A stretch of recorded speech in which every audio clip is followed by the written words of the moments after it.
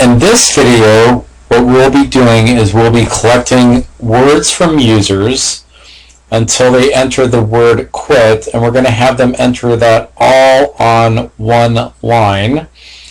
And then we'll use .next method to grab the words, and then we'll put those into a while block.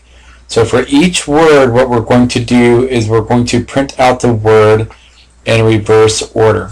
So I kind of started us off here. So since we're going to be entering words in, we'll be using a scanner. So I did our scanner import, and we'll say this is going to be class print reverse. Then I established a main in here.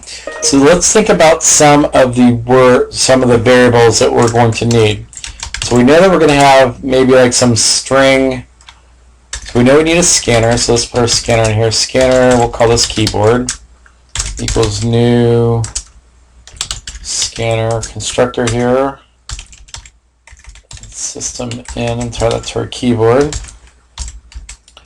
And let's say we're going to have a string called input.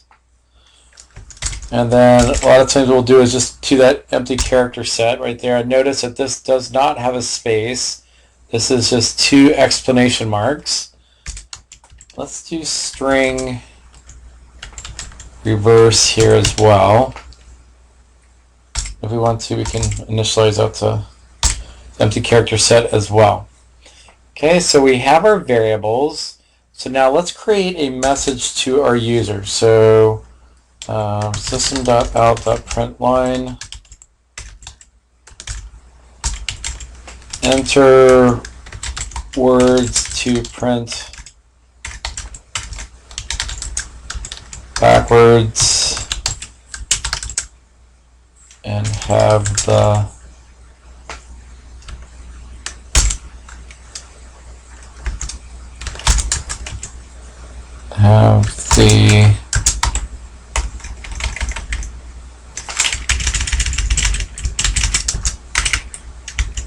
actually the last word be quit.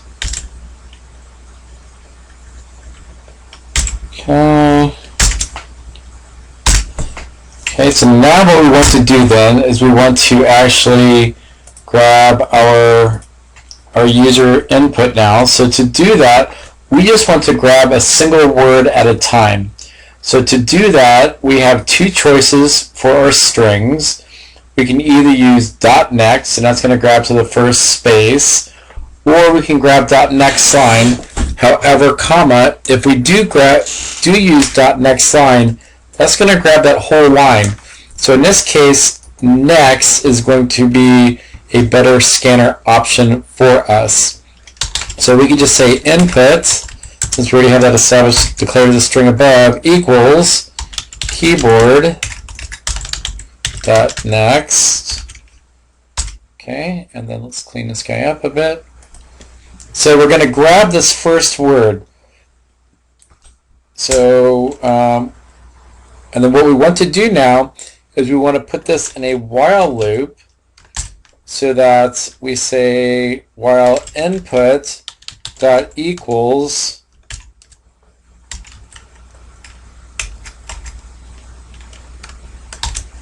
quit, and then this is just like what we've been doing before.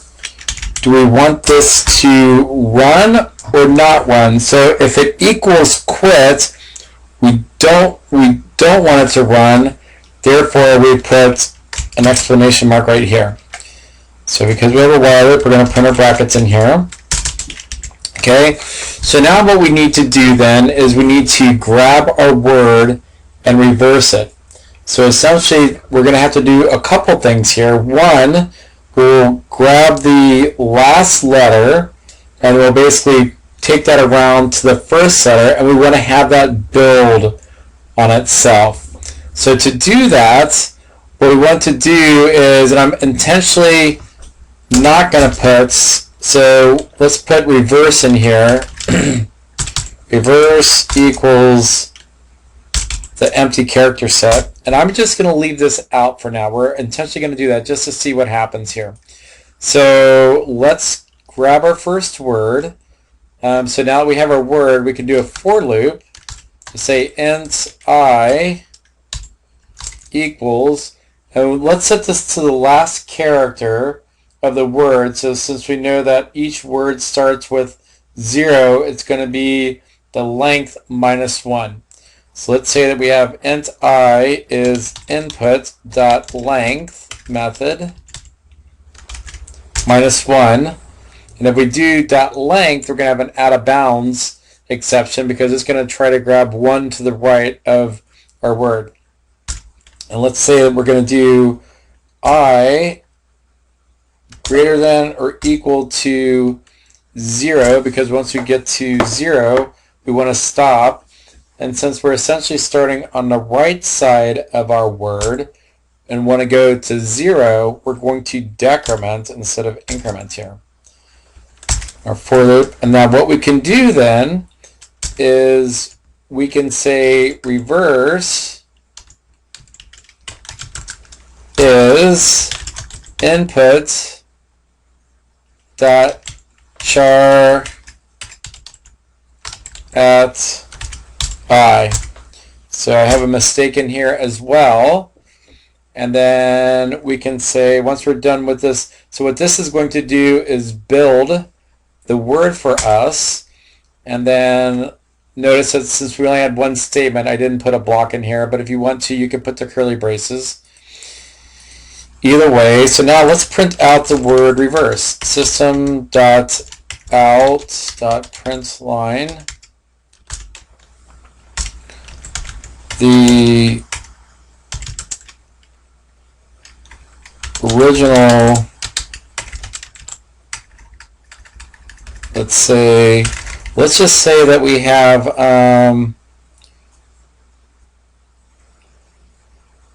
so we have input, we'll just say input spelled backwards is, and we'll put reverse in here. So we'll see that we're doing some concatenation here. Okay, let's fix this guy up. And then if we look at this, we're going to see that we're still in our while loop and we haven't put the word quit. So we're going to keep doing the same word over and over again. So we know the way we got into this loop was this statement. So it's also going to be what we do to get out of here. But actually, let's do a couple of these mistakes and let them run, and we'll fix them on the fly here.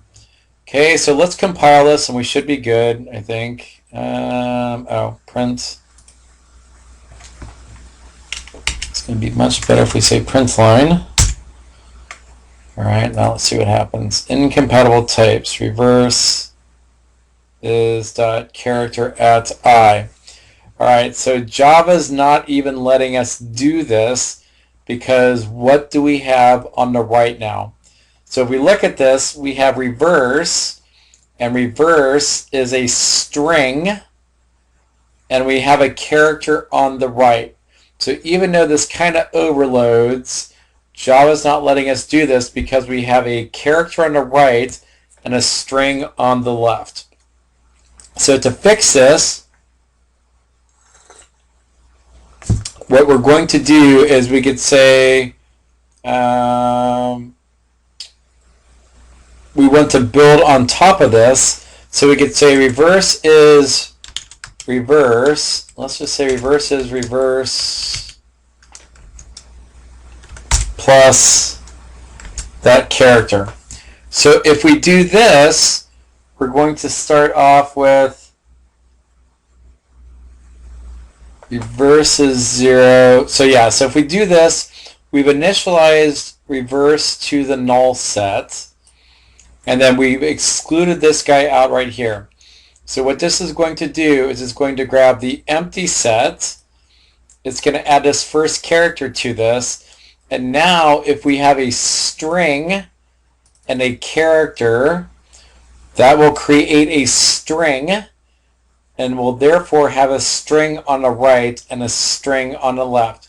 Now notice we have reverse on both sides, so what will happen is it'll take the value in reverse It'll add the character, and that's going to be in memory, and then it's going to assign reverse to that new memory location. So let's try this out and see what happens. So if we compile, it should compile.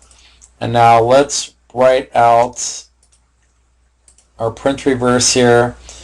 And let's do the string 1, 2, 3, quit. And if we do this, oh my gosh, what happened with our program? Well, it looks like we have an infinite loop here. And why do we have an infinite loop?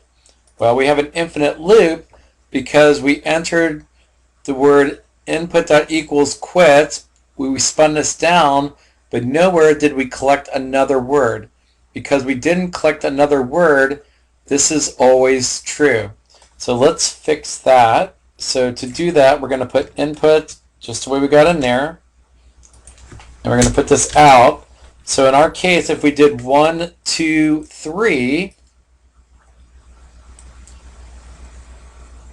if we did 1, 2, 3, what happens is it grabs 1, it's going to reverse that, and then it's going to say 1 spelled backwards is a reverse word, and it's going to grab the next word. That'll be 2. It'll do the same thing.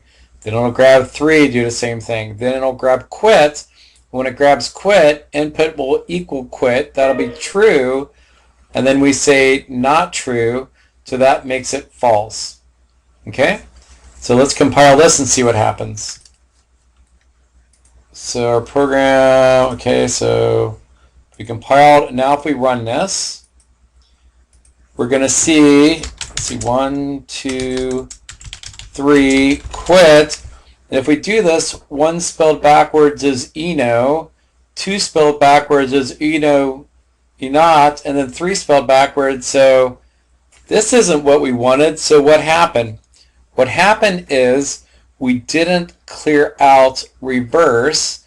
So every time we ran through this while loop, then we kept on adding it to reverse. So in our while loop then, what we want to do is we want to add reverse, and we'll take this comment off here.